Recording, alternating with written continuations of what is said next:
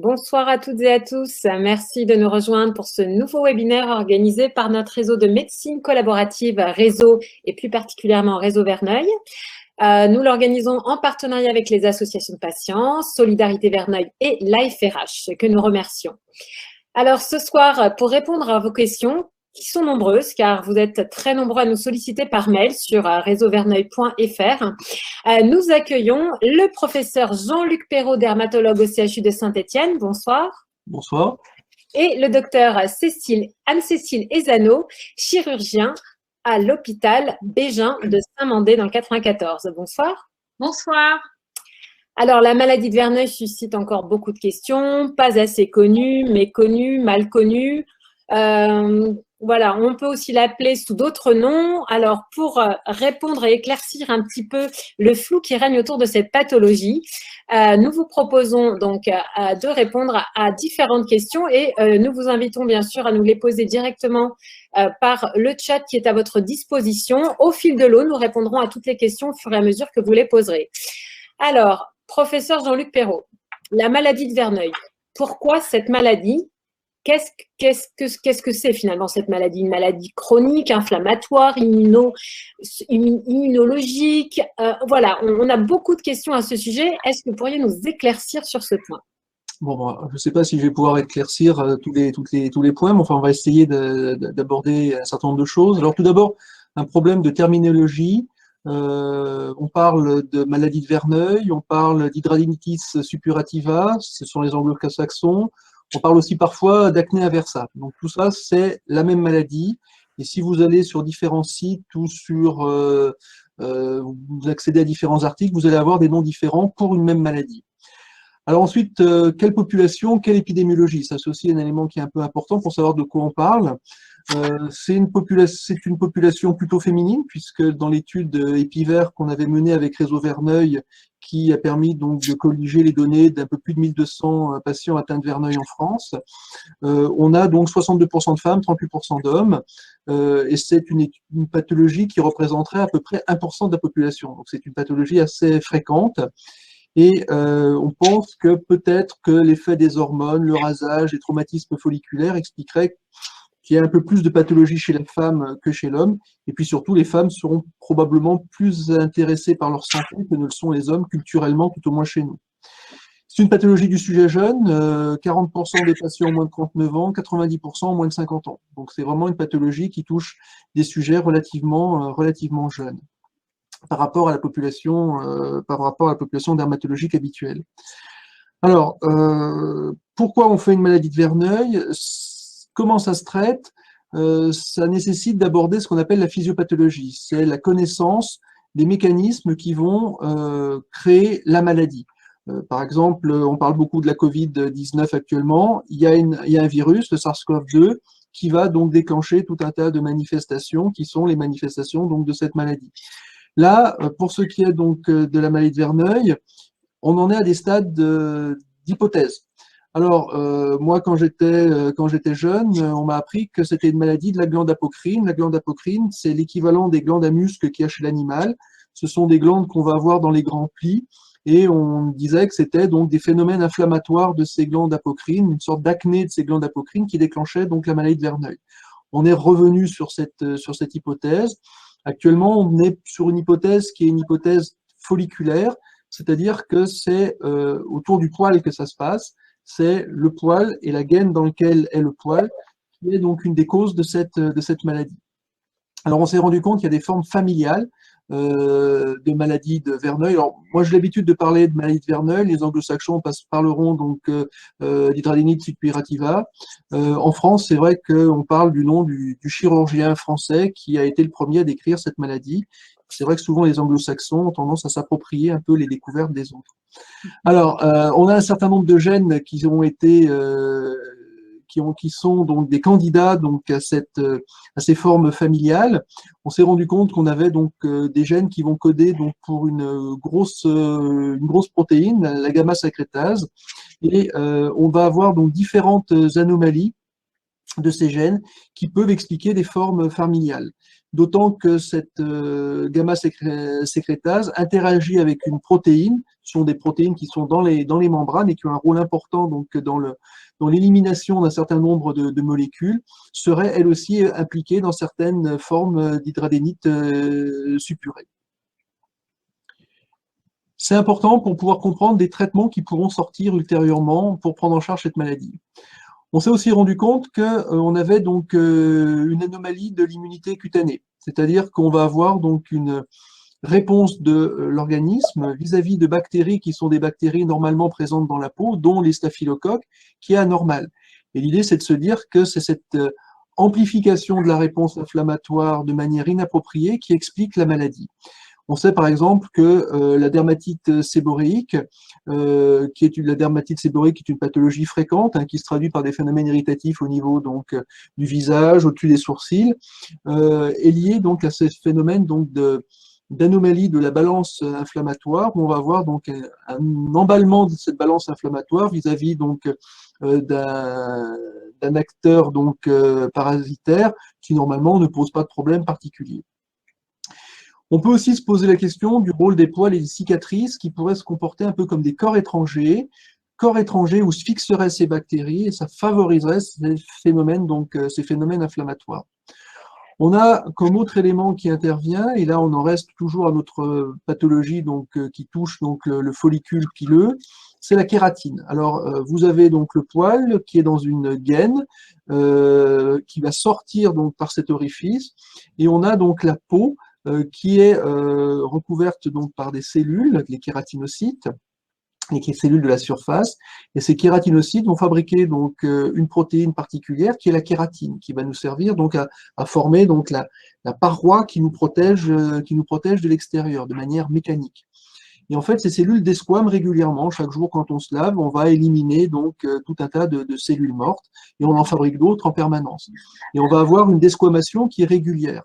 Or, parfois, dans certaines maladies, ça va être le cas donc par exemple de l'acné, mais probablement le cas de la maladie de Verneuil, on va avoir donc une élimination de la kératine qui s'effectue mal. Et on va avoir une kératine qui va s'accumuler au niveau de ces orifices, par où sortent les poils, et on va avoir des phénomènes donc obstructifs qui vont survenir. Et à partir du moment où dans le corps humain, on se retrouve avec une obstruction, on ne peut pas avoir un drainage naturel donc des cavités, des phénomènes inflammatoires vont survenir, et ça va être la fête des bactéries, la fête de l'inflammation. On sait que les glandes sébacées, qui ont été donc aussi pensées comme étant potentiellement en cause dans la maladie de Verneuil, sont peu présentes, voire parfois même absentes des zones de maladie de Verneuil. Ce qui expliquerait probablement pourquoi les traitements classiques de l'acné, comme l'isotrétinoïde, donnent des résultats souvent médiocres dans la maladie de Verneuil.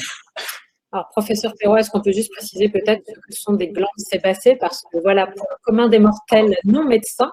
Les glandes, oui, effectivement, je m'excuse, je suis dermatologue. Les glandes sébacées, ce sont des petites glandes qui sont donc annexées donc à chaque poil et qui vont fabriquer donc le sébum et qui vont fabriquer donc ce film lipidique naturel, notre corps gras naturel qu'on applique sur notre peau tous les jours sans le savoir et qui, à certaines périodes de la vie, donc, sont sécrétés en quantité parfois très importante. C'est le nez brillant des adolescents à 15-16 ans. Mais on a besoin de ce sébum pour avoir une peau normalement hydratée. Merci. Alors, ces kératinocytes fabriquent aussi donc ce qu'on appelle des peptides antimicrobiens. Donc, ce sont des toutes petites protéines qui nous servent à nous défendre contre les microbes. Notre peau est recouverte de bactéries, recouverte de virus, recouverte de parasites divers. Et en fait, il y a un équilibre entre cette espèce d'immense zoo qu'on a à la surface de la peau et notre organisme. Et on a ces petits peptides antimicrobiens qui vont participer à cette action. Alors en fait, c'est compliqué le corps humain. Quand on a donc une molécule qui va avoir une action positive, qui va accélérer un mécanisme, on a généralement toujours la molécule donc complémentaire qui va avoir un effet freinateur. Et en fait, on est toujours sur une balance entre je stimule un processus, je freine ce processus, et le corps humain, c'est une balance en équilibre en permanence. Et en fait, dans la maladie de Verneuil, l'hypothèse, c'est que ces kératinocytes auraient tendance à fabriquer des peptides antimicrobiens à action pro-inflammatoire, qui accélère, qui augmente les phénomènes inflammatoires en quantité donc excessive. Ce qui expliquerait que des molécules, par exemple, dont on va parler comme les anti-TNF-alpha, auraient au contraire donc un effet bénéfique. Et en fait, l'idée, c'est d'aller proposer des thérapeutiques qui vont contrebalancer ces phénomènes inflammatoires induits par ces petites molécules. Alors, on va les retrouver aussi au niveau des glandes sébacées, ces glandes sébacées atrophiques qui ne produiraient pas suffisamment donc, de petites molécules non inflammatoires. Alors, on va avoir donc des bactéries à la surface des lésions et à la surface de la peau des patients qui ont une maladie de Verneuil, sachant qu'on a tous des bactéries à la surface de notre peau. C'est pas parce qu'on va faire un prélèvement et qu'on va dire qu'il y a un staphylocoque qu'il faut sonner le tocsin et commencer à crier en disant ouïe, ouïe, ouïe, je suis infecté. En fait, l'idée, c'est que un certain nombre de ces bactéries vont pouvoir donc enclencher des phénomènes inflammatoires inappropriés. Il n'y a pas forcément infection, ce qui explique pourquoi on peut être amené à traiter des lésions de maladie de Verneuil par des injections de corticoïdes retard, ce que font par exemple plus fréquemment culturellement les Allemands, les Américains qu'on ne le fait nous en France, ou en tout cas dans ma pratique, où c'est vrai que j'ai moins l'habitude que ne le font donc les Allemands et les Américains. Et on peut proposer donc des antibiotiques qui vont avoir deux rôles. Un rôle classique antibiotique que vous connaissez, c'est-à-dire que l'antibiotique va servir donc à détruire, annihiler donc la bactérie, mais on s'est aussi rendu compte que certains antibiotiques vont avoir des actions anti-inflammatoires. Et quand on donne par exemple de la doxycycline, une cycline, c'est très souvent plus l'action anti-inflammatoire qui nous intéresse pour traiter les patients qui ont une maladie de Verneuil que l'action antibiotique stricto sensu. Et puis dans certaines fois, on va se servir et de l'action anti-inflammatoire et de l'action donc antibactérienne.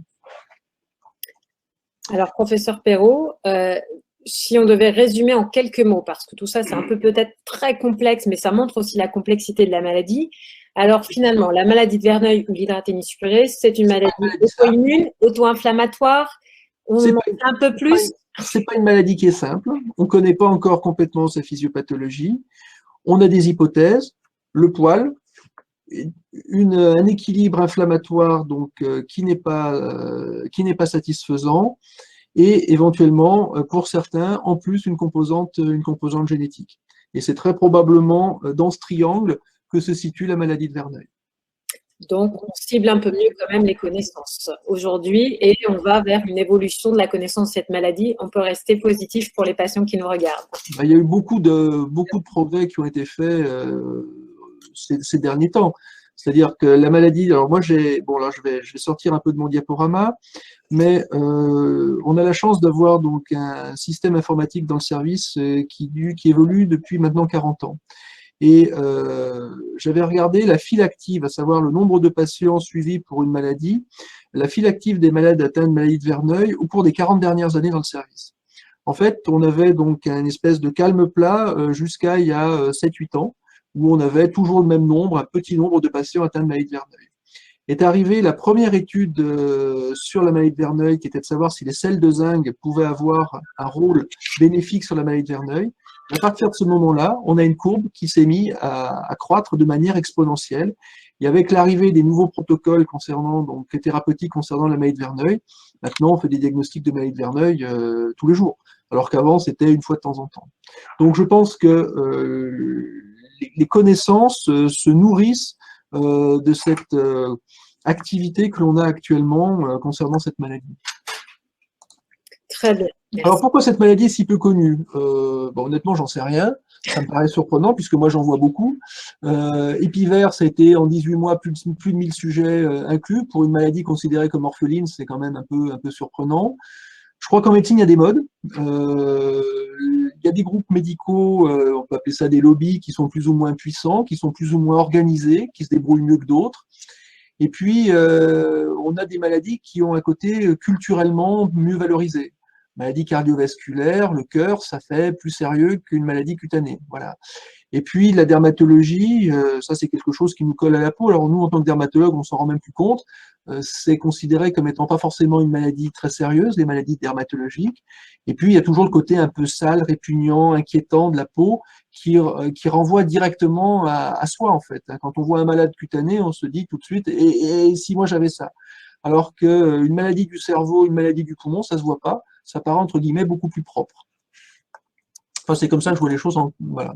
Ouais, moi, je suis assez d'accord. Je pense que les gens, ils en parlent moins aussi, peut-être, quoique ça commence à se démocratiser, donc ils vont un petit peu plus consulter, mais dans un premier temps, ils vont peut-être pas en parler systématiquement à leur médecin, même médecin traitant, et donc je pense que ça participe au fait que cette maladie soit peu connue, parce qu'ils en parlent peu aussi, parfois, certains patients, et d'où aussi le délai souvent aussi diagnostique, je pense.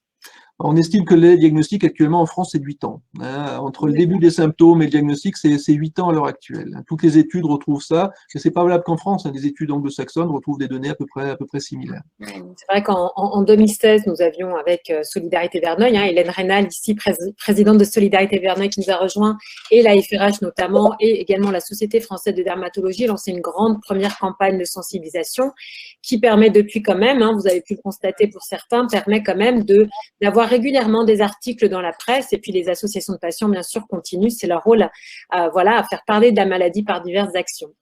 Alors, le traitement médical qui intéresse fortement effectivement de nombreux patients pour lesquels nous avons déjà quelques questions, mais on va déjà commencer à présenter ce qui existe, ce qui va exister.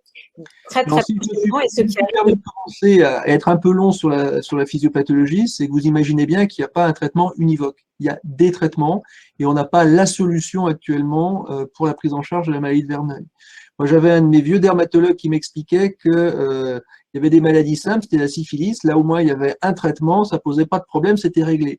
Malheureusement, le Verneuil, c'est pas une syphilis. Et donc, c'est plus compliqué à traiter. Alors, on va avoir donc, j'ai vu dans le chat, il y a pas mal de questions qui sont posées, donc je pense qu'on va y répondre progressivement.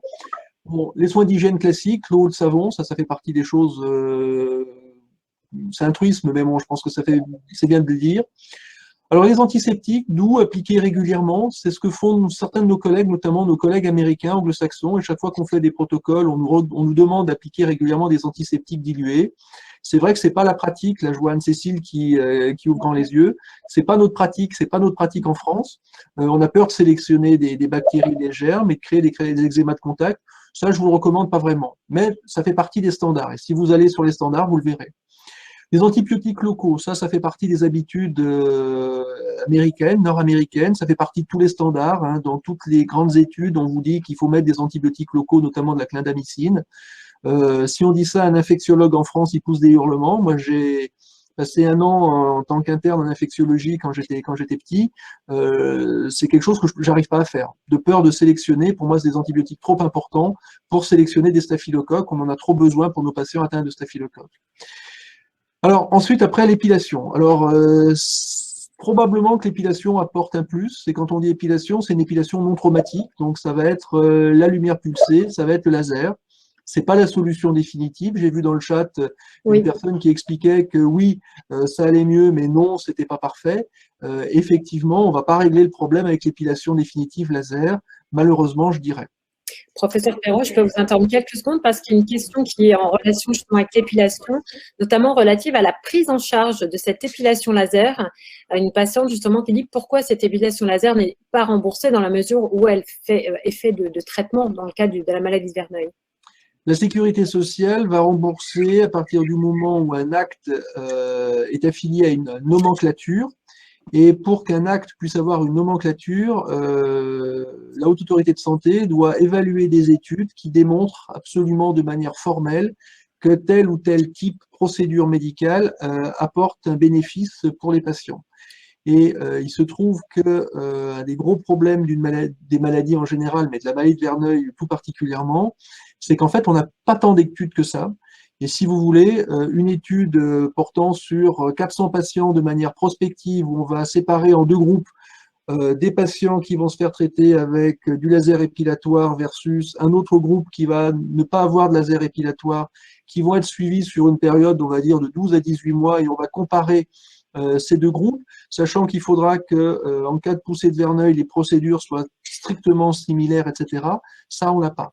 Et vous imaginez bien que des études comme ça coûte une fortune, sur le plan méthodologique, hein, non pas que les médecins vont réclamer des sous pour faire ces études, mais il va falloir des attachés de recherche clinique, des biostatisticiens, etc. C'est une organisation colossale, ça, on l'a pas. Et donc, on se retrouve devant des véritables murs où nous, on a l'impression que ça marche.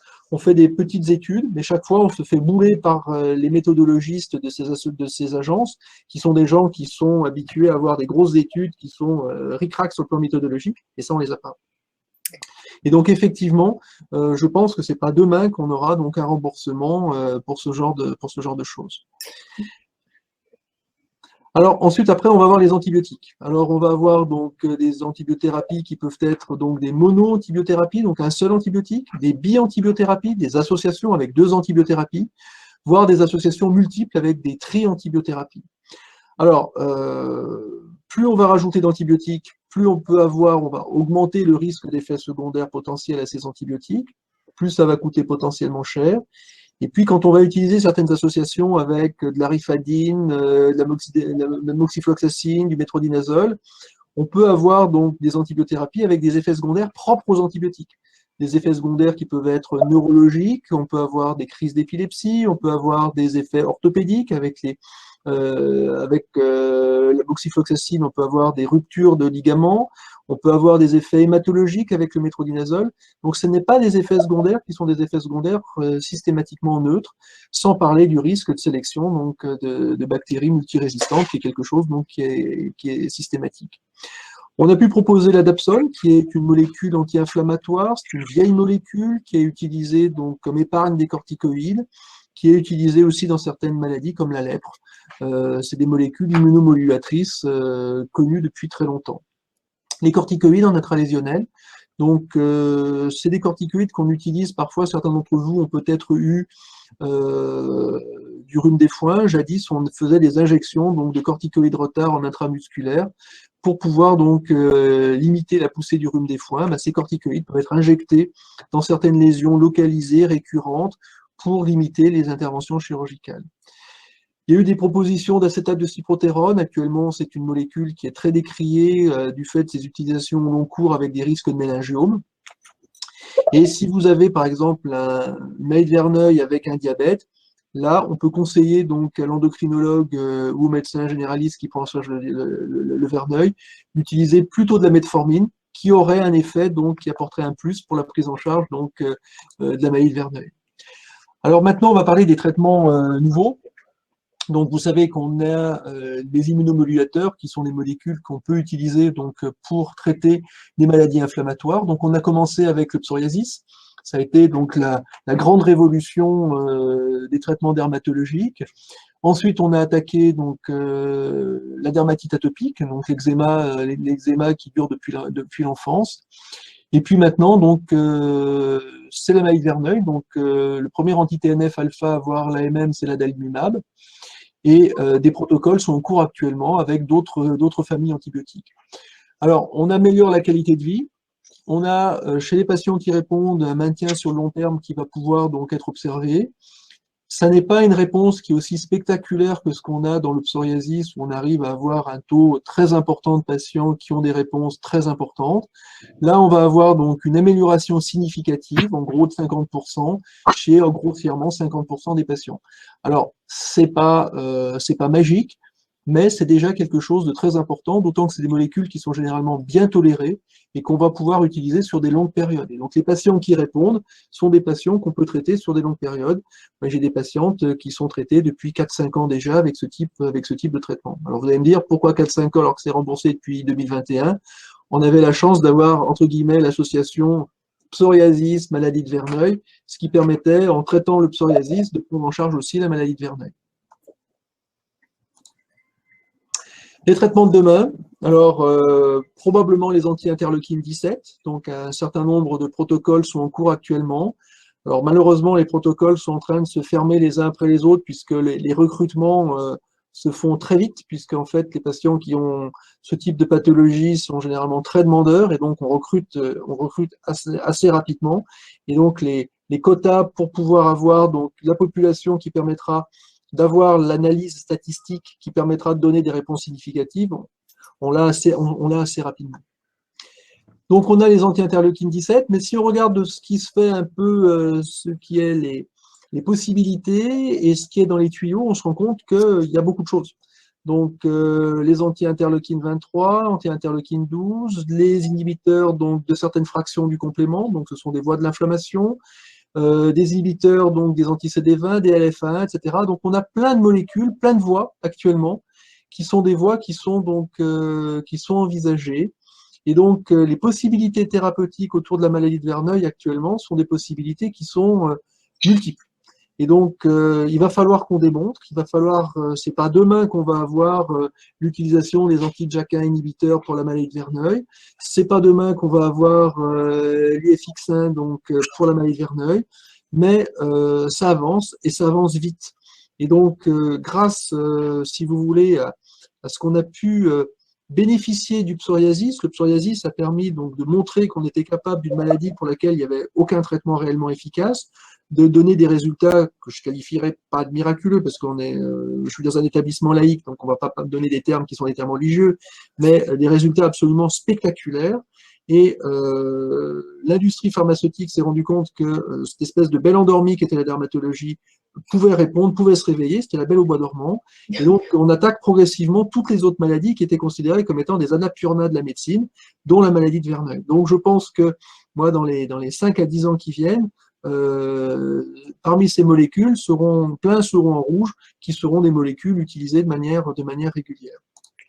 Alors, avant de passer peut-être au traitement alternatif, on a beaucoup de questions. Donc, j'essaie de reprendre un peu les questions, de les rassembler. Donc, on va essayer de répondre aux questions. Alors, l'épilation définitive. Donc, il y avait une question sur l'épilation. Alors, déjà, est-elle efficace pour tous les patients Verneuil? Voilà. Non, jamais. De toute façon, il n'y a jamais un traitement qui est efficace pour tout le monde et il n'y a jamais un traitement qui est jamais efficace pour personne. Enfin, je crois qu'en médecine, c'est toujours des pourcentages.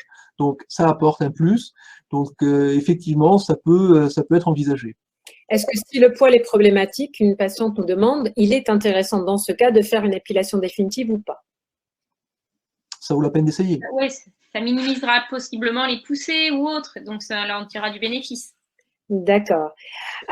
Plusieurs patients posaient la question, comment savoir si j'ai vraiment la maladie de Verneuil? Y a-t-il un test pour confirmer que j'ai bien la maladie de Verneuil? Parce qu'apparemment, pour beaucoup, c'est posé, mais pas vraiment posé, c'est pas très clair. Donc, est-ce qu'il y a une manière claire de pouvoir assurer les patients qu'ils ont bien une maladie de Verneuil?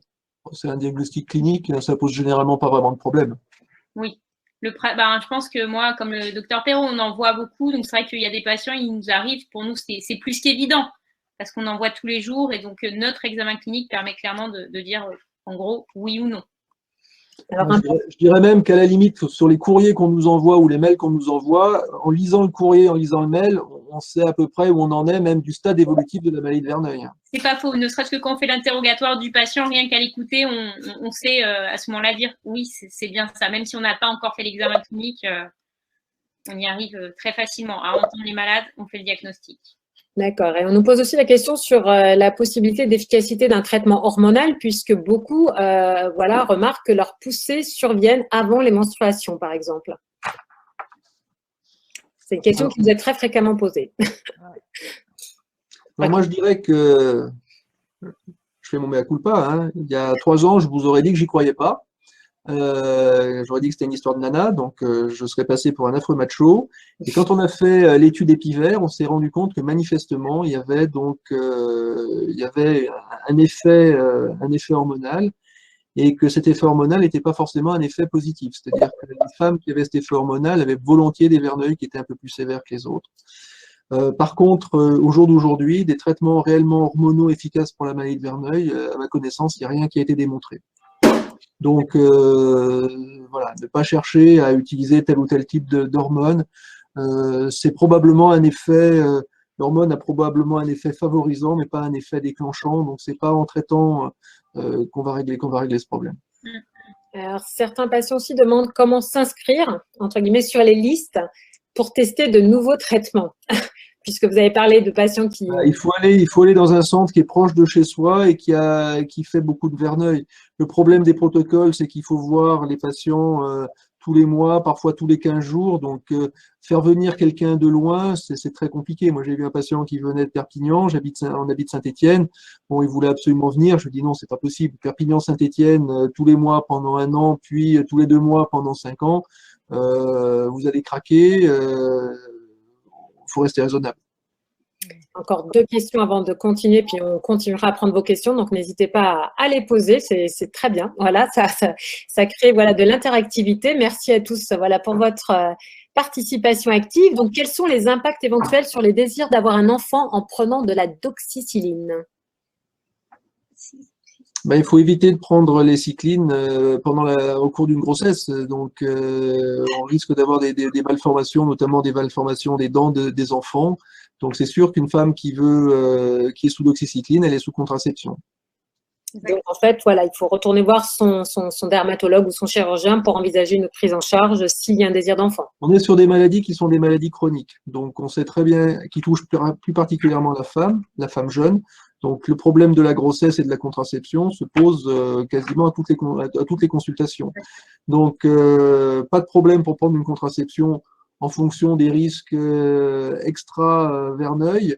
Donc ça, c'est pas moi qui vais gérer la contraception, j'y connais rien. Donc, il y a des gens dont c'est le métier qui vont savoir très bien comment il faut faire en fonction du tabagisme, des antécédents familiaux, etc. Et puis ensuite, si on veut mettre en route une grossesse, c'est pas la maladie de Verneuil qui va perturber la grossesse stricto sensu. Par contre, effectivement, certaines molécules ne seront pas utilisées pendant la grossesse. Ça, c'est le côté injuste de la condition féminine. Mais c'est pas valable que pour le Verneuil.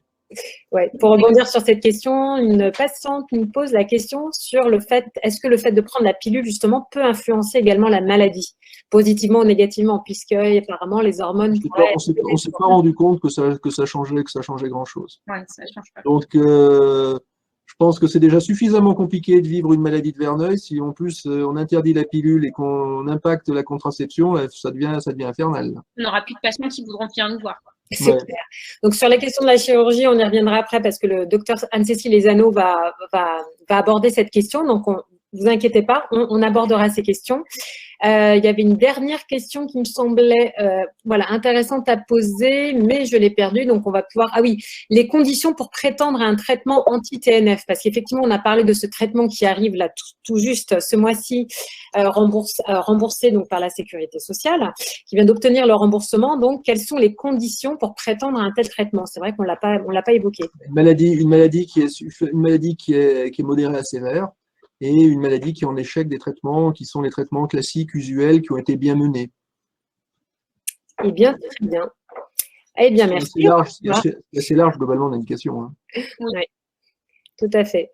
Mais écoutez, très bien, on va pouvoir du coup continuer sur les traitements alternatifs, puisqu'il y a le traitement effectivement médical, mais voilà, qu'en est-il des traitements alternatifs? Et là-dessus aussi, on a pas mal de messages et de questions. Alors, quand il y a traitement alternatif en médecine, c'est qu'il y a inefficacité du médecin et des traitements. C'est-à-dire que le traitement alternatif, je vais reprendre mon exemple de la syphilis, il y a eu énormément de traitements alternatifs de la syphilis jusqu'à la découverte de la pénicilline. À partir du moment où il y a eu la pénicilline, ça a été terminé, plus de traitement alternatif.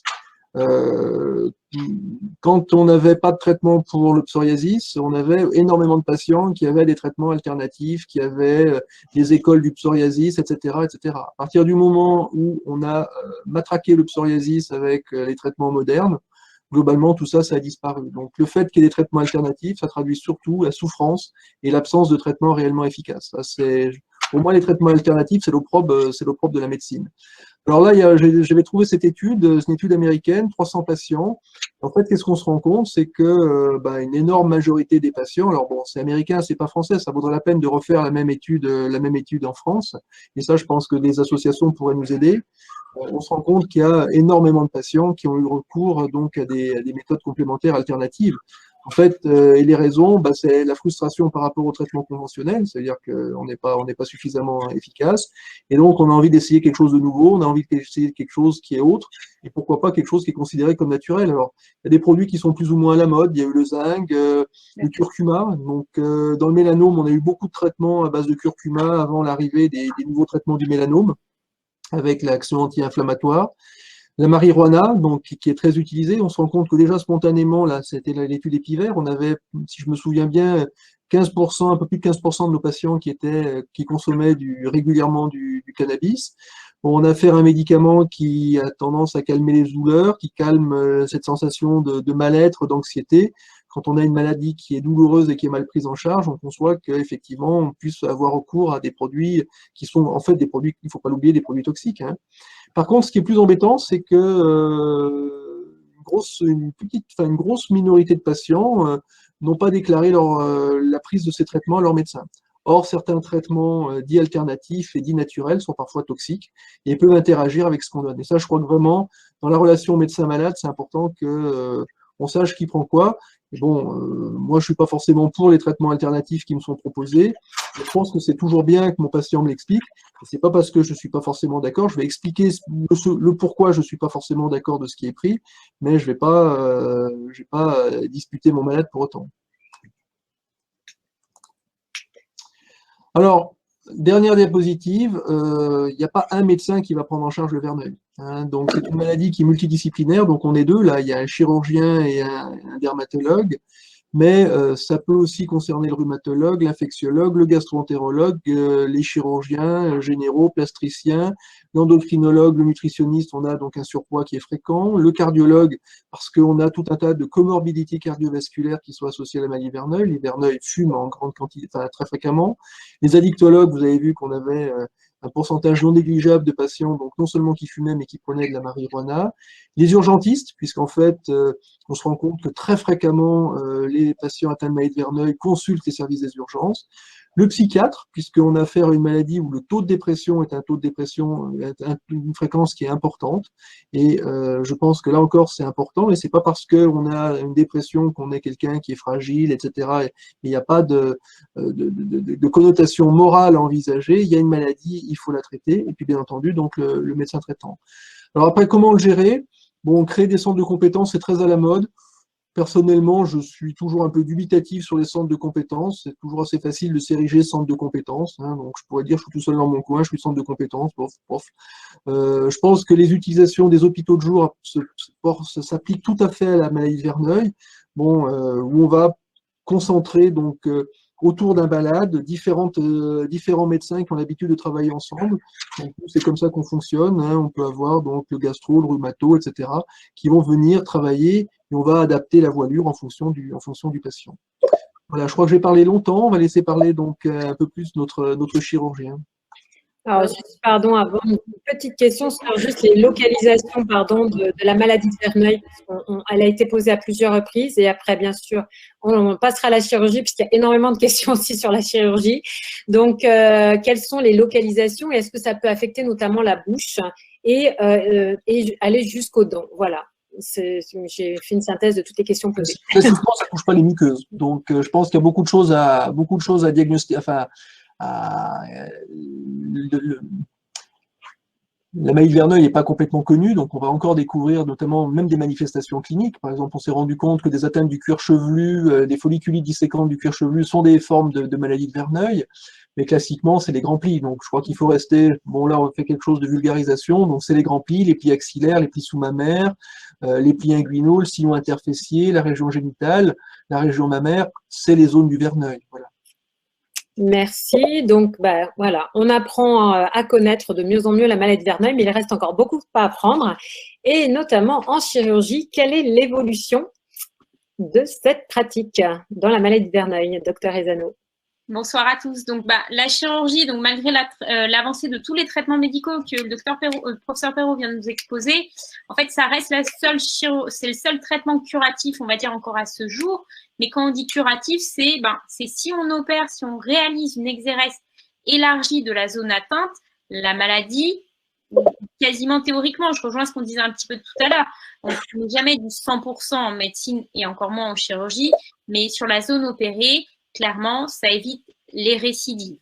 Après, il faut pousser un petit peu les études, mais c'est vraiment ce qui est dit. Une zone opérée, en clair, le patient souvent est tranquille après, mais une petite lésion peut survenir 1 centimètre à côté parce qu'on enlève certes une zone, mais il peut rester une petite portion à côté qui était saine, pas opérée. Maintenant, en fait, j'ai un petit peu évoqué, mais qu'est-ce qu'on entend par chirurgie dans la maladie de Verneuil? Eh bien, il y a tout d'abord, j'aime bien dire, ce que beaucoup de patients connaissent et qui est souvent leur mode d'entrée dans la maladie, c'est la mise à plat en fait d'un abcès. Le patient, il arrive aux urgences, finalement, il a peut-être vu plusieurs médecins, on ne lui a jamais parlé de maladie de Verneuil et il a des abcès au niveau des grands plis et il est extrêmement algique mais parfois, beaucoup de nos confrères vont avoir tendance à faire une incision. Moi, j'aime bien dire dans la maladie de Verneuil, il faut déjà bien examiner le patient et voir parce que l'incision, c'est uniquement pour la douleur. Ça ne va jamais traiter le malade. S'il est extrêmement douloureux, oui, on peut aller à l'incision, donc cette fameuse mise à plat. Après, il faut voir le malade et voir si des fois un traitement médical premier ne lui serait pas plus bénéfique que la simple incision. Et après, la chirurgie dans la maladie de Verneuil, comme j'aime bien le dire avec le grand L, là, c'est l'exérèse, l'excision de la zone atteinte, cette zone de maladie qui peut être plus ou moins importante en fonction de l'évolution de la maladie. Et moi, j'aime bien parler d'excision élargie pour lequel, par contre, on enlève une zone cutanée et que là, il y a plusieurs, on va dire, techniques de cicatrisation qui peuvent être faites. On enlève la peau, donc finalement, on va se retrouver avec un lambeau de peau qui va être enlevé. Il y a plusieurs façons ensuite de le traiter. C'est ça qu'il faut qu'on explique aux patients. C'est qu'en fonction de la zone, soit finalement on laisse la plaie entre guillemets ouverte et on va faire des soins tous les jours par une infirmière. Mais après, il y a d'autres techniques qui se sont développées, notamment ce que nous on va appeler des lambeaux, c'est-à-dire qu'on enlève une zone cutanée et on vient chercher toute une palette cutanée à côté. Ça entraîne des grandes cicatrices, des douleurs. C'est en fonction des centres. Certains centres en réalisent plus que d'autres. Pour ma part, j'en réalise pas. Je préfère une belle excision élargie, bien expliquée au malade avec des soins bien faits tous les jours. Et c'est souvent moins pourvoyeur de douleur. Donc voilà, la chirurgie, c'est soit l'urgence sur vraiment la vive douleur sur laquelle on ne pourrait rien faire, on incise. Et ensuite, c'est le traitement lui-même qui est l'excision élargie des zones atteintes qui souvent sont plus importantes que celles qu'on va voir à l'examen clinique. J'aime souvent expliquer à mes patients que la maladie de Verneuil, c'est un peu comme un iceberg, il y a ce qu'on voit, mais il y a tout ce qu'il y a en dessous. Et donc, c'est vrai qu'il faut avoir aussi, pour nous chirurgiens, l'habitude d'opérer ces maladies parce qu'il ne faut pas opérer en laissant de la maladie à côté. C'est un iceberg, il faut bien faire et bien connaître le tissu pour enlever toute la maladie. Alors, avant de passer au prochain chapitre, docteur Ezano, concernant la chirurgie, justement, plusieurs patients témoignent du fait d'avoir été opérés sur certaines zones et malgré tout la récidive sur cette même zone. Voilà, ils ont des récidives sur ces mêmes zones. Donc, est-ce que lorsqu'on est opéré sur une zone en particulier, cela doit éviter de nouveaux kystes ou est-ce que c'est normal que la récidive Alors, ça varie beaucoup. Justement, moi, actuellement, on mène une étude pour essayer d'étudier ce taux de récidive. En fait, ça dépend déjà un peu de la technique et de l'habitude du chirurgien qui a pris en charge le patient. Est-ce que toute la maladie qui était présente a bien été enlevée? Si on fait une exérèse bien élargie, on minimise, on va dire, cette récidive que je vais appeler locale. Mais effectivement, certains patients, malgré une exérèse élargie, vont rechuter quelques mois ou années plus tard avec une petite lésion à côté. Et quel est le facteur qui déclenche ça? On ne le connaît pas encore. Et qu'est-ce qu'on pourrait faire pour minimiser, on va dire, cette récidive sur la cicatrice? Pareil, on ne le connaît pas. Est-ce que justement, l'avancée des traitements médicamenteux qu'on pourrait mettre peut-être en périopératoire et en post-opératoire va nous aider? Là, c'est difficile de répondre à cette question. On essaye, on enlève toute la maladie et il y a toujours quelques patients qui reviennent avec, sur la partie inférieure de la cicatrice, une petite lésion. D'un côté, plus tôt on prend en charge cette lésion, déjà avec un traitement médical, plus on minimise, mais c'est difficile de dire qu'est-ce qu'on peut faire. Est-ce que c'est de la maladie? Oui, c'est de la maladie qui revient. Pourquoi? C'est encore difficile pour dire au jour d'aujourd'hui. Et peut-on reprendre chirurgicalement un kyste à laine mal opéré, pardon? Oui, oui, oui. On peut toujours, disons que faut examiner, mais on peut toujours reprendre. Après, c'est sur une reprise. Il faut prendre en compte que les soins seront potentiellement plus longs, plus complexes si le territoire a déjà été opéré, les tissus ont déjà, entre guillemets, un peu souffert, et donc la cicatrisation sera potentiellement plus difficile. Mais s'il y a une récidive, si ça ne répond pas au traitement, comme on l'a dit avant, ben, on voit, on discute avec les patients, on discute avec le dermatologue et on essaye de trouver une solution, un compromis ensemble. La discussion collégiale, elle est là, même sans être dans des centres qui font que ça. On va discuter entre nous et on essaiera de trouver la meilleure solution, mais ça peut se réopérer. Très bien, donc voilà, assez rassurant et effectivement, on voit bien que ça suscite beaucoup de questions, la chirurgie, avec voilà, beaucoup de patients qui souffrent effectivement de ces récidives. Alors, on va passer justement à des questions qui vous intéressent fortement, puisque beaucoup de questions ont été posées sur les sujets de l'alimentation, du tabac, du surpoids. Donc, je vous laisse continuer sur ce point-là. Alors, beaucoup de choses, hein, mais finalement, l'alimentation et la maladie de Verneuil, bah, certes, il y a des mesures alimentaires qui limiteraient, on va dire, le processus inflammatoire. On parlait du curcuma tout à l'heure, mais et c'est pas non plus prouvé. Et c'est comme, on va dire, est-ce qu'il y a des écarts alimentaires qui vont déclencher des poussées de maladie de Verneuil? Ça, je pense qu'il faut enlever cette idée de nos esprits. Alors maintenant, qu'est-ce qu'on peut faire? Qu'est-ce qui peut être bien? L'alimentation, dans le cadre de la maladie de Verneuil, il n'y a rien de réellement spécifique. Ce qu'on va demander, c'est une alimentation qui va être équilibrée. Et ne serait-ce que par cette alimentation équilibrée, le patient n'aura pas de carence, il aura des apports notamment en vitamines et oligo-éléments adaptés par juste une alimentation équilibrée. Et juste ça permet clairement d'améliorer souvent les choses, et c'est valable en fait pour toute pathologie. L'alimentation équilibrée permet d'avoir effectivement des équilibres en vitamines qui permettent d'éviter beaucoup de choses. Alors, une question sur ce sujet-là en particulier, docteur Ezano, est-ce qu'il y a un lien, on va dire, entre le microbiote et la maladie de Verneuil, notamment quid des probiotiques? Peuvent-ils avoir un effet positif? Peut-il être une aide en plus? Voilà. Et y a-t-il des aliments à éviter, puisque plusieurs fois la question a été posée, même si voilà, la réponse a été donnée indirectement, mais peut-être pour clarifier encore ce point. Voilà, non, il y a, en mon sens, hein, après peut-être que le professeur Perrault dira autre chose. En mon sens, il n'y a aucun aliment qui favorise une poussée de maladie de Verneuil. Voilà, il faut arrêter de cette idée qui est dans les esprits de chacun.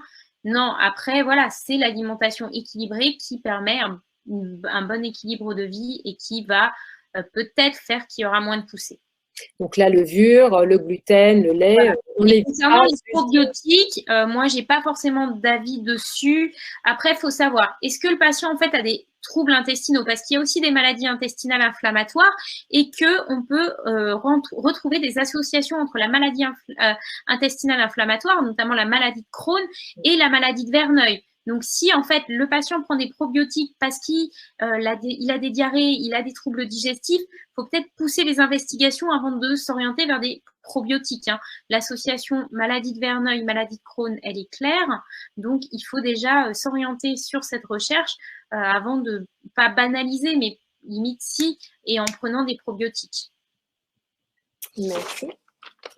Voilà. Donc ensuite, en conseil, sur l'alimentation, ça reste la même chose, mais c'est ce qu'on va dire, c'est qu'on va limiter peut-être les produits industriels pour éviter tout ce qui est peut-être additifs, produits chimiques. On va privilégier certains aliments.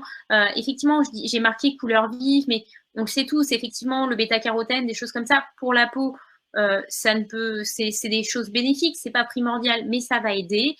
Et on revient aussi au curcuma qui a une action potentiellement un peu anti-inflammatoire parce que riche en antioxydants, tout comme le thé vert. Très bien. Alors, l'activité physique et la maladie de Verneuil. Donc déjà, quand on parle d'activité physique, je ne veux pas dire sport en fait. L'activité physique, c'est simplement bouger tous les jours. Ça va être prendre les escaliers tout simplement. c'est avoir un mouvement corporel. Et déjà, en fait, l'idée de cette activité physique, ça va être de la marche, ça va être monter les escaliers, ça va aider le patient s'il bouge plus, ça donne des points positifs aussi bien au niveau psychologique, morphologique, il prend conscience de son corps, il améliore potentiellement l'image de soi, et puis une marche avec d'autres personnes, ça aussi améliore, on va dire, le contexte social, hein, parce que parfois, on l'a dit déjà précédemment, hein, il y a beaucoup de dépression en lien avec la maladie de Verneuil, et donc c'est vrai que peut-être réaliser une activité physique, une marche, des balades en vélo avec d'autres personnes peuvent avoir des impacts fortement positifs. Alors, déjà, quelques petites définitions. Quand je parlais d'activité physique, je disais pas forcément sport. Et moi, j'aime bien dire à mes patients que déjà, il faut faire plus de 5000 pas par jour. Et aujourd'hui, c'est quand même assez simple de le savoir. Alors là, moi, je m'étais amusée les jours derniers quand je l'ai fait. Bon, c'est pas un jour où j'ai forcément marché beaucoup alors que je suis une grande marcheuse, mais on a tous nos super téléphones avec effectivement le nombre de pas qu'on fait par jour. Et donc, j'invite chacun à regarder un petit peu sur leur application le nombre de pas. Et c'est vrai que l'objectif, clairement, c'est plus de 5000 pas par jour. Et c'est des petits challenges qu'on pourrait se donner un peu à chacun. Allez, aujourd'hui, on fait plus de tant de pas et avec nos téléphones, ils le font tous. C'est quand même assez simple. Ensuite, alors, c'est vrai que ça peut paraître un tableau un petit peu compliqué, là, quand vous voyez ce tableau. Donc déjà, en fait, on parle des mètres qui correspondent, en fait, on va dire, à l'activité physique et au nombre de calories brûlées. Et alors, c'est un tableau que j'avais fait, moi, avec mes kinés, notamment sur comment motiver mes patients à dire qu'ils font de l'activité physique. Parce que souvent, quand on leur dit « faites de l'activité physique », ils font « oh ouais, mais il faut aller à la salle de sport ». Le sport, vous voyez sur ce tableau, c'est classé effectivement en petite activité. Et donc là, vous allez voir que ne serait-ce que repasser, dépoussiérer, laver vos vitres, en fait, ça reste une activité. Donc, il faut vous dire que finalement, moi, la jeune femme qui va me dire « non, moi, je fais pas de sport », mais au final, quand on va l'interroger et qu'on voit qu'elle va amener ses enfants à l'école à pied, qu'elle fait son ménage, qu'elle fait son repassage, on ne va pas dire que c'est quelqu'un qui est sédentaire, c'est quelqu'un qui bouge sur toute la journée et donc elle se dépense et donc elle fait une activité physique. Et donc du coup, c'est pas faire une activité physique, c'est pas être inscrite dans une salle de sport ou aller faire un footing tous les dimanches, c'est dans les gestes de la vie quotidienne, savoir bouger et prendre chaque jour un peu de plaisir à faire quelques pas ou se dire laver les vitres, c'est du sport, tourner la pelouse, c'est du sport. Du sport, une activité physique, je vais arrêter de dire ça. Alors, enfin, tabac et maladie de Verneuil. Bon, déjà, un constat, 70 à 80% des patients atteints d'une maladie de Verneuil sont fumeurs. Néanmoins, les études ont montré que l'arrêt du tabac, ça n'entraîne pas forcément une amélioration de la maladie de Verneuil. Donc, c'est vrai que moi, mes patients que je vois que je vais opérer d'une maladie de Verneuil, j'essaye de leur dire si vous pouvez arrêter de fumer, ce n'est que bénéfique pour votre santé. Mais après, souvent, ils ont aussi une détresse psychologique. Ils vont être opérés. Ils sont souvent assez perturbés par le fait de se dire qu'ils vont avoir une intervention avec des soins qui vont être longs. S'ils n'arrêtent pas de fumer, ce n'est pas primordial parce que je sais que l'impact, au final, même sur la durée de cicatrisation, moi, sur mes patients, il n'y a pas forcément mes fumeurs ne cicatrisent pas forcément 3 mois après les autres. Donc là, finalement, c'était un petit peu une synthèse, le temps de prendre les questions pour que les patients puissent avoir du prof. Voilà, les différentes réponses aux questions. Alors, il y a eu encore pas mal de questions. Alors, est-ce qu'on peut rassurer les patients? Il y en a beaucoup qui demandent sur l'hygiène, le fait que l'hygiène n'a aucun rapport effectivement avec la maladie de Verneuil, mais aussi sur les produits d'hygiène à utiliser. Beaucoup de questions, beaucoup de conseils entre patients d'ailleurs. Voilà, est-ce qu'on peut dire que finalement, est-ce qu'on peut donner un conseil très simple, peut-être un pH neutre, sans parfum, un savon doux, celui qui est en promotion chez le pharmacien, ça sera très bien. Voilà, un savon doux, pH neutre, pareil, je suis tout à fait d'accord. Et c'est pas une maladie de patient sale, cochon, etc. Voilà. Mais effectivement, souvent les patients l'ont entendu à un moment ou l'autre au cours de leur parcours. Et ça, quand je les vois pour la première fois, je leur dis que ce ne sont pas des gens sales. Voilà. Et donc, réduire la cigarette, bien entendu, est-ce que ça peut aider ou pas? ça reste, voilà. Si ça, moi, j'aime bien dire, hein, si le patient, ça peut lui l'aider déjà à passer le cap, ben, je préfère qu'il essaye de réduire. Il ne va pas arrêter, mais il faut qu'il se sente bien pour pouvoir avancer avec sa maladie de Verneuil. Ah, bonne question. Quid des effets de la cigarette électronique? C'est vrai qu'on n'y pense pas toujours quand on parle du tabac. Pour moi, c'est la même chose. C'est la même chose. Voilà, bon, bah, comme ça, c'est clair. On n'a pas les effets du goudron. Voilà. Ouais. Mais je pense qu'enquiquiner quelqu'un qui est déjà gêné par sa maladie, pour lequel on n'arrive pas à apporter une réponse thérapeutique satisfaisante, et lui demander en plus d'arrêter de fumer, donc si en plus il faut lui demander de perdre du poids, je crois que si on veut enquiquiner les gens, c'est difficile de faire pire. Après, si effectivement il y a l'histoire de la contraception sur laquelle on peut jouer, mais bon, je crois qu'il faut rester raisonnable. Il faut faire les choses les unes après les autres, en fait. Voilà. Exactement. Là, on peut le faire à partir du moment où on a amélioré la maladie, pas avant. Même si effectivement fumer c'est une très mauvaise chose, qu'on a affaire à des patients qui ont de multiples facteurs de risque cardiovasculaire et que le risque cardiaque à moyen long terme est un risque majeur, mais on peut pas tout mener de front en même temps. Exactement, assez d'accord. Voilà, une maman pour son fils qui nous posait la question, un jeune homme de 23 ans qui apparemment a également du verneuil sur le visage et pour qui ça devient très invalidant, identifié stade 3. Voilà, plus rien ne marche. Est-ce qu'il y a encore une solution? Alors, la chirurgie sur le visage, ça reste quand même plus que compliqué, clairement. On n'a plus le droit de décapiter les gens en France depuis un certain nombre d'années, donc ça se fera pas. Par contre, là, c'est les indications, il faut rentrer avec les anti-TNF, là, c'est les immunomodulateurs. Voilà, donc nouveau traitement, donc de l'espoir, madame. Hein, n'hésitez pas à retourner voir un dermatologue, voilà, pour pouvoir peut-être bénéficier. Sachant que c'est pas la localisation la plus fréquente, le visage, quand même. Hein. Ouais. Donc, ça peut être vérifier déjà que c'est peut-être bien un verneuil sur le visage, parce qu'on peut avoir une maladie de verneuil et aussi une dermatite atopique ou un psoriasis, n'est-ce pas? Ou une acné conglobata qui sera traitée différemment, enfin, etc. Voilà. Donc, peut-être à vérifier, en effet. Eh bien, écoutez, on va continuer donc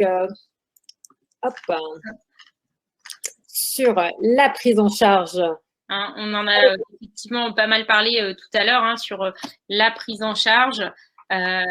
Pourquoi il y a l'ALD et la maladie de Verneuil? Effectivement, moi, j'aime bien dire à mes patients, quand ils me posent la question, je fais, faut voir avec votre médecin, tenter cette ALD, mais malheureusement, au jour d'aujourd'hui, c'est sans qu'on ait d'explication franche. Des fois, on a des patients qui ont une maladie peu sévère pour lequel l'ALD va être acceptée, d'autres avec des stades 3 très invalidants où l'ALD ne va pas être acceptée. Donc, c'est clairement encore au jour d'aujourd'hui du cas par cas. Pourquoi? Est-ce que parce que c'est une maladie qui est peu connue et justement peu reconnue au niveau médical que nos patients rencontrent encore cette difficulté? Moi, j'invite néanmoins chacun de mes patients à faire un dossier d'ALD et peut-être que là-dessus, Hélène saura encore mieux les conseiller parce que souvent les patients, ils connaissent encore mieux ça que nous praticiens.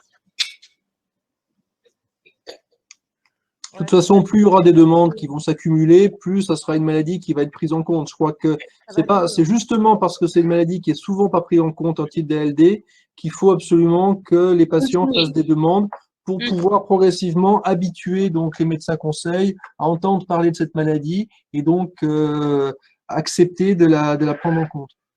Ça va mieux. Et puis maintenant, quand on a des refus, de toute façon, il faut faire un recours. Faut toujours faire un recours. En général, avec le recours, ça passe. Mais oui, effectivement, depuis quelques années, c'est quand même plus facile de l'obtenir. Voilà, en cas de problème, n'hésitez pas à contacter Solidarité Verneuil, Hélène, qui saura de très bons conseils pour vous accompagner dans ces démarches, tout à fait. Alors, là, un sujet qui préoccupe aussi beaucoup les patients en ce moment parce qu'ils sont déjà malades, ils sont peut-être déjà sous traitement et en plus, il y a tout ce brouhaha autour de la vaccination et du Covid-19 qui vient, on va dire, surenchérir l'anxiété dont les patients peuvent déjà souffrir, puisqu'on le sait, comme vous l'avez évoqué, qu'il y a quand même la maladie va affecter les patients, va faire en sorte qu'il y a plus de dépression. Et c'est vrai que cette période est assez particulière. Alors, quelles sont les informations à retenir pour un patient? C'est bon. Bon. Alors déjà, en fait, la maladie de Verneuil en soi ne rend pas forcément plus fragile face au Covid-19. C'est-à-dire que le patient qui a juste une maladie de Verneuil, ça ne va pas le rendre, lui, en tant que cette maladie. Souvent, et on l'a un petit peu dit juste avant, nos patients atteints d'une maladie de Verneuil ont par contre d'autres facteurs de risque de Covid-19 et notamment de Covid-19 grave, qui est le surpoids, qui est un facteur de risque qui a été clairement identifié. Ensuite, effectivement, on a parlé des nouveaux traitements et notamment effectivement des biothérapies ou des anti-TNF, et ça peut les rendre potentiellement plus sensibles au Covid-19, raison pour laquelle entre le surpoids et les traitements, il faut dire à nos malades de se faire vacciner contre la Covid-19. Alors ensuite, petit point, donc effectivement, cette population, elle est jeune et en surpoids, donc oui, il faut les faire vacciner. Petit rappel, actuellement, on a 2 types de vaccins, les vaccins à type ARNM avec le fameux Pfizer que vous avez tous entendu et le vaccin viral inactivé, l'AstraZeneca, autorisé chez plus de 55 ans, donc moins dans notre population de Verneuil, comme on l'a dit au tout début, la moyenne est quand même largement en dessous des 49 ans. Voilà, donc la plupart de nos patients auront une vaccination de type Pfizer ou Moderna. Le nombre de doses, ça a été posé tout à l'heure. Oui, la 3e dose. Exactement. Déjà, petit rappel, un patient ayant contracté la Covid, actuellement, n'aura qu'une seule injection du virus, que ce soit Pfizer ou Moderna.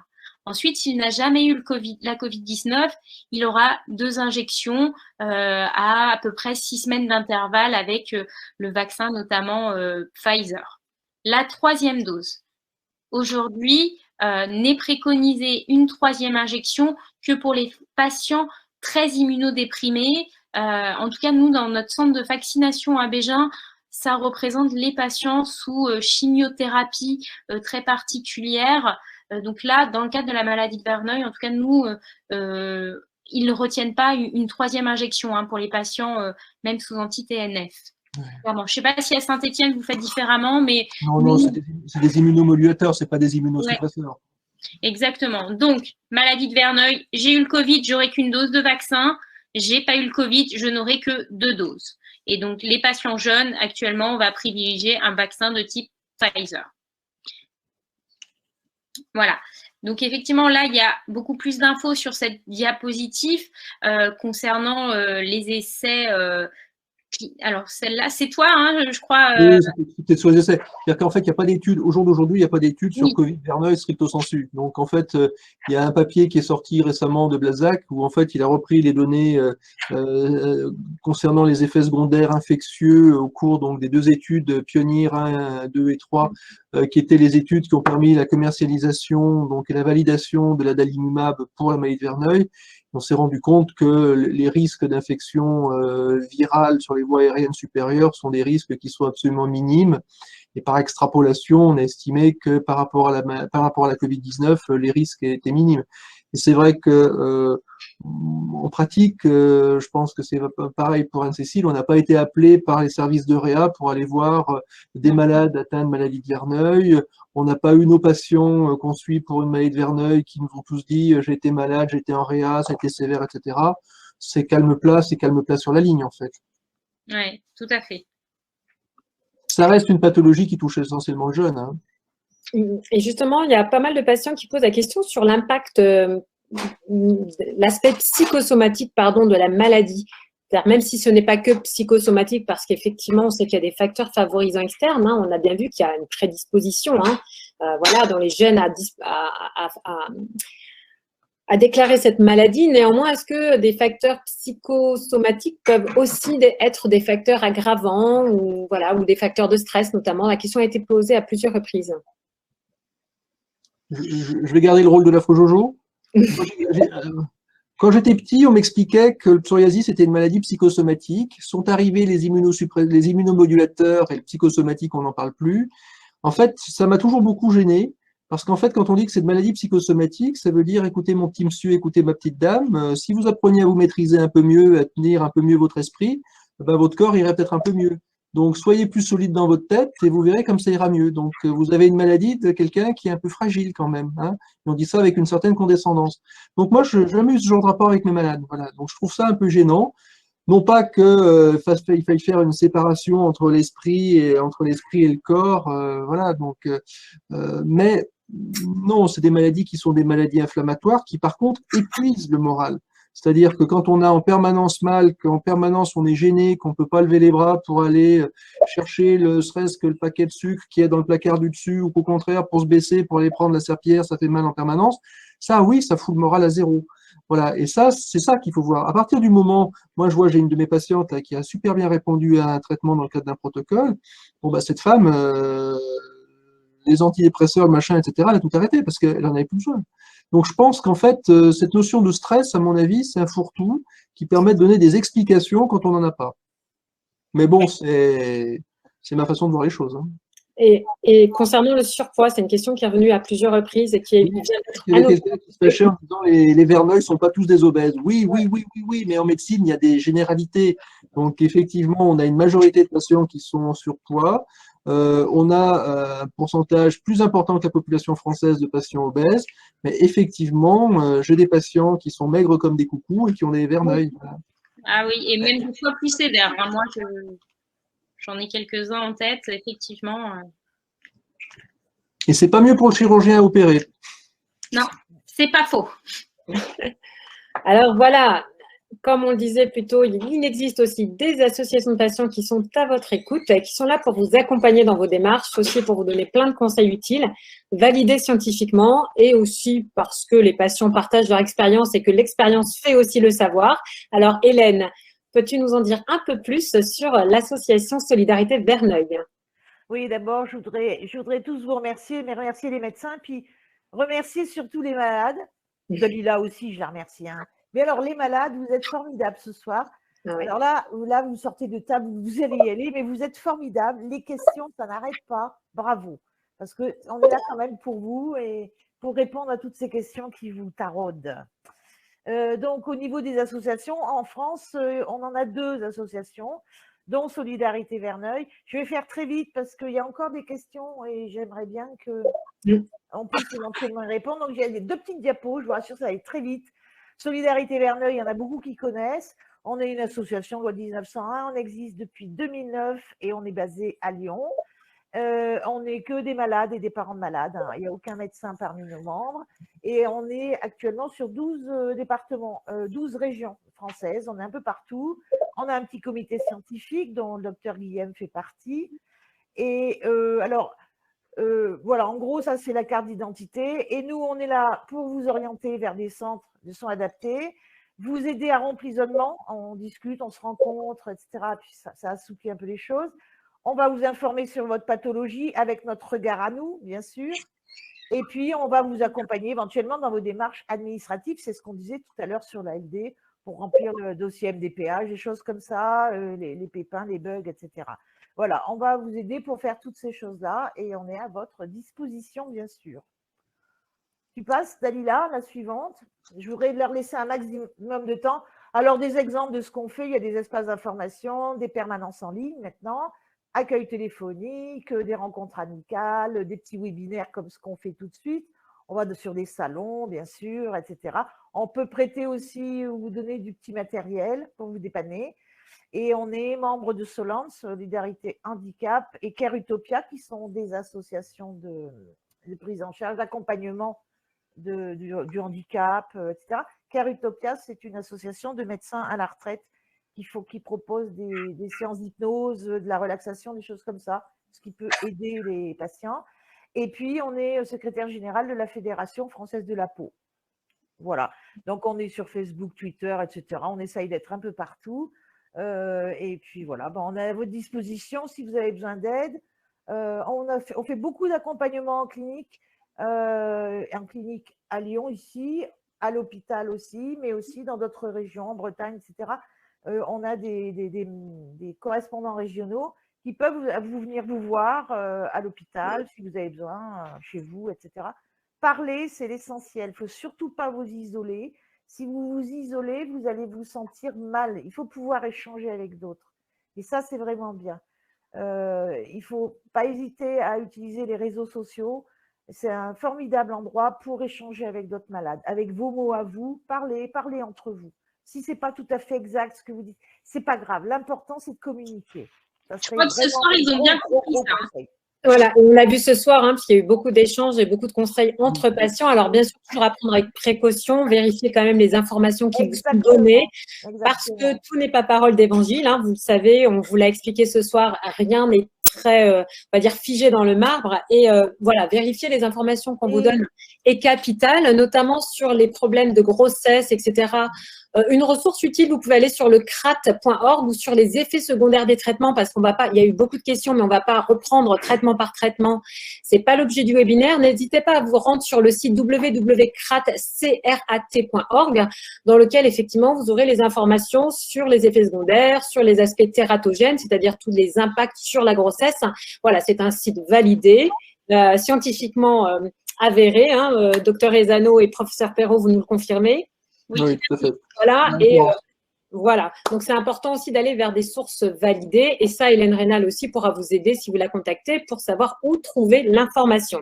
Alors, pareil, donc on a le site réseauverneuil.fr qui est à votre disposition si vous voulez aller voir les informations qu'on y délivre. Et puis également un mail, contact@réseauverneuil.fr. Alors voilà, la petite, effectivement, c'est une très belle conclusion qui reprend bien tout ce qui a été dit ce soir. Bravo Hélène. Le site de Solidarité Verneuil, bien entendu. Et vous avez aussi, bien sûr, l'AFRH.fr qui organise actuellement pour la 10e journée mondiale de la maladie de Verneuil, il faut quand même le citer, donc une opération Mois Violet. Les événements ont lieu principalement à l'île de la Réunion, mais voilà, ont pour vocation à grandir peut-être un jour. Alors, si vous avez des questions, n'hésitez pas à nous contacter via contact@réseauverneuil.fr. Si vous avez des suggestions de thématiques pour nos prochains webinaires, parce qu'on on s'arrêtera pas là, on est bien d'accord. On continuera à informer les patients. N'hésitez pas à nous les faire parvenir à cette adresse mail ou à Hélène Rénal, avec qui nous partagerons voilà, les thématiques pour vous répondre au mieux. Un grand merci à tous. On a largement dépassé le temps imparti, mais voilà, on était ravis on est ravis de l'avoir dépassé puisqu'on a répondu à un maximum de vos questions. Un message d'espoir, on peut dire, prenez soin de vous. Gardez espoir et trouvez à l'intérieur de vous cette joie, l'endroit où il y a de la joie, et utilisez cette joie afin de brûler votre douleur. Petite citation de fin, toujours pour une note positive. Donc, les centres de référence, vous en avez sur le site réseauverneuil.fr, mais en contactant Solidarité Verneuil, vous pourrez aussi être orienté facilement au plus près de chez vous. Merci à tous. Merci, Docteur Ezano. Merci à tous d'avoir participé. Je suis très contente des patients qui ont beaucoup communiqué entre eux et ça, c'est important. C'est une première démarche. Ils en ont parlé entre eux et ça va leur faire avancer aussi. Pour certains, là, j'ai l'impression, consulter, ils vont se sentir un petit peu mieux orientés, ils se sentent moins seuls et je pense que ça, c'est hyper important. C'est une maladie orpheline, on a l'impression d'être seul, mais là, ils se rendent compte que non et qu'il y a beaucoup de soutien qui peut leur être apporté, et notamment par les associations comme celle d'Hélène. Professeur Perrault, un mot de la fin? Écoutez, moi j'ai trouvé ça très intéressant. Merci beaucoup. Oui, effectivement, je pense que c'est pas une maladie orpheline. Je pense que c'est une maladie qui est une maladie mal connue, mal diagnostiquée, fréquente, qui a pas un verneuil, mais des verneuils. Des maladies de Verneuil sont sévères parfois, mais d'autres ne le sont pas. Et je crois qu'il faut pas être complètement désespéré quand on a ce genre de pathologie, d'autant que dans les 5 à 10 ans qui viennent, il va y avoir des changements thérapeutiques absolument considérables. Donc voilà, une note d'espoir qu'il faut bien garder. C'est même pas d'espoir, c'est en train de se faire, ça arrive. Là, je crois que la magie opère bientôt pour vous. En tout cas, déjà, un nouveau traitement est disponible à partir de ce mois-ci. Et enfin, la parole, le mot de la fin pour Hélène, puisque ce webinaire, c'est pour vous les patients. Donc Hélène, je te laisse conclure le webinaire. Oui, les amis, faut pas vous laisser abattre. Allez-y, on avance. Vous savez où aller, vous savez où vous renseigner. Faites confiance à votre médecin, parlez-lui, posez-lui les questions qui vous intéressent et qui sont importantes pour vous. Et puis, rejoignez les associations, peu importe laquelle, on s'en fout. L'important, c'est d'être ensemble et de se battre et d'avancer ensemble. Et on tape dedans et on y va. Donc, n'hésitez pas à revenir. Merci à Réseau, merci docteur. Et puis, je vous souhaite à tous une très, très bonne soirée. À très bientôt alors. Bonne soirée. Bonne soirée. Bonne soirée, merci à tous.